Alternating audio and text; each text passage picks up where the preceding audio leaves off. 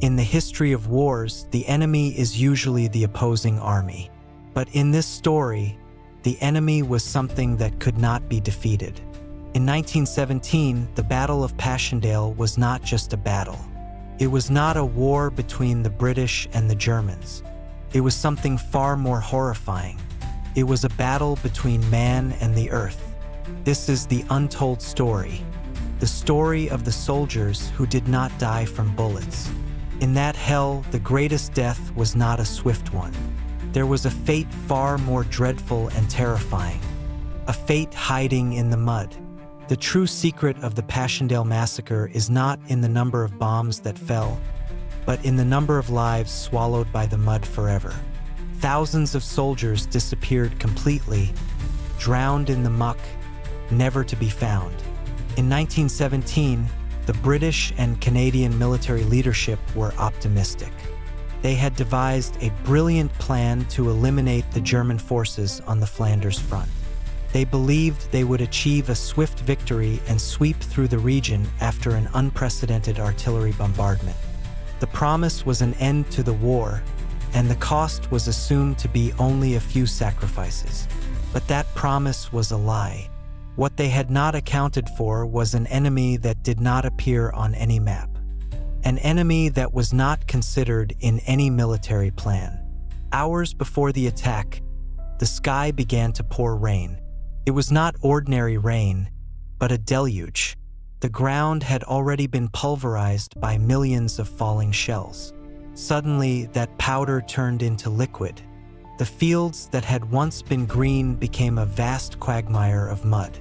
This mud was not just an obstacle, it became a deadly trap. It swallowed everything. The trenches, the equipment, and even the wounded who could not move. It became the new enemy, the silent enemy that showed no mercy. In the midst of this hellish quagmire, the soldier was no longer fighting a human enemy. His daily struggle had become a battle with the earth itself. Every step was an adventure, every attempt to move a challenge against death. The mud reached up to the waist, becoming a burden heavier than any weapon or equipment. The real fear was not the bombs, but drowning. The fear of falling into a pit of mud and being unable to escape. This is the true secret that cast its shadow over everything. Thousands of soldiers from both sides were not killed. They disappeared. The mud was so deep it could swallow a man completely without leaving a trace. The mud had become a moving grave, the only grave in the world where you are not buried, but consumed. To see your friend scream, then slowly vanish, hearing his voice choke in the mud. This is not just death. This is the unbearable end, the kind that torments the soul even after survival. After 4 months of hell, the Battle of Passchendaele came to an end. The British military leadership declared victory, but it was a victory without meaning. The gains on the ground could never justify the loss of life. Over 500,000 soldiers from both sides were killed or wounded for just a few kilometers of mud and destruction. But the true number of victims was never known. Among the dead, thousands disappeared entirely. They sank into the mud, becoming part of the earth. Their bodies were never recovered, and their fate remains unknown.